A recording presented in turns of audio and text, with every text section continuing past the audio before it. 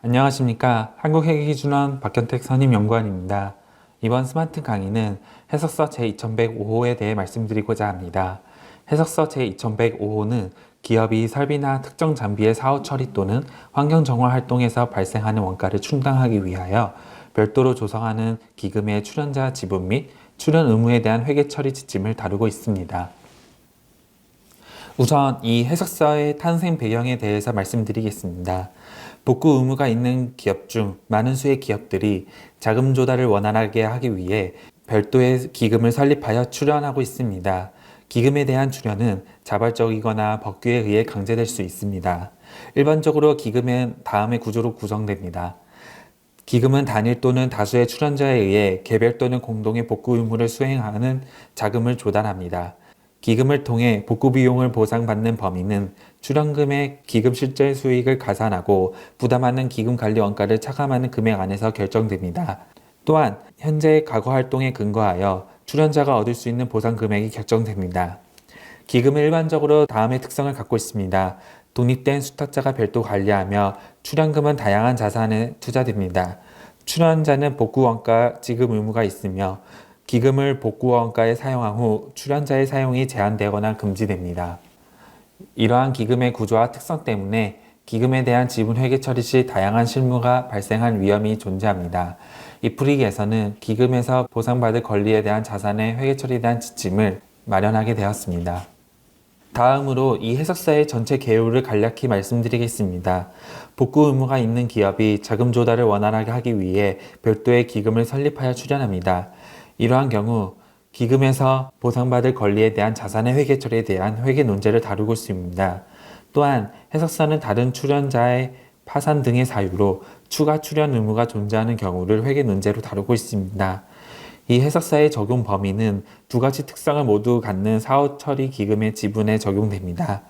기금의 자산이 별도 관리되고 기금의 자산을 사용할 수 있는 출연자의 권리가 제한되어야 합니다. 보상받은 권리를 초과하는 기금의 잔여 지분은 기준서 제1109호 적용 대상의 금융상품일 수 있습니다.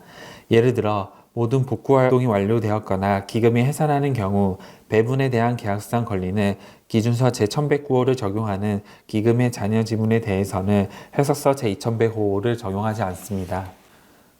기금의 출연자 지분에 대한 회계 처리 방법에 대해 결론을 먼저 말씀드리면 출연자는 복구 원가의 지급 의무를 부채로 인식하고 기금의 출연 지분을 별도로 자산으로 인식합니다.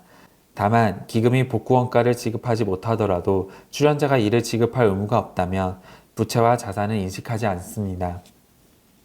결론의 상황을 조금 더 구체화시켜 설명해 보겠습니다.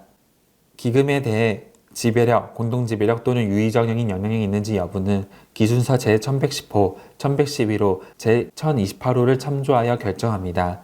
지배력, 공동지배력 또는 유의적 영향력이 있는 경우 기금에 대한 출연자의 지분을 해당 기준서에 따라 회계 처리합니다. 출연자가 기금에 대한 지배력, 공동지배력 또는 유의적 영향력이 없는 경우에는 기금으로부터 보상받을 권리를 기준서 제1037호에 따라 보상금으로 인식합니다. 이때 보상금은 사후 처리 의무로 인식한 금액과 기금 중 출연자에 기속되는 순자산의 공정가치에 대한 출연자의 지분 중 작은 금액으로 측정합니다.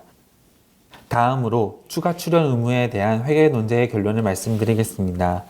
기금에 대한 추가 출연 의무는 다른 출연자가 파산하거나 기금이 보유한 투자자산의 가치가 기금의 보상 의무를 수행하기 위해 불충분할 정도로 감소하는 경우에 발생합니다. 이러한 의무는 기준서 제1037호 범위에 해당하는 우발부채입니다. 우발부채는 추가 출연 가능성이 높은 경우에만 부채로 인식합니다.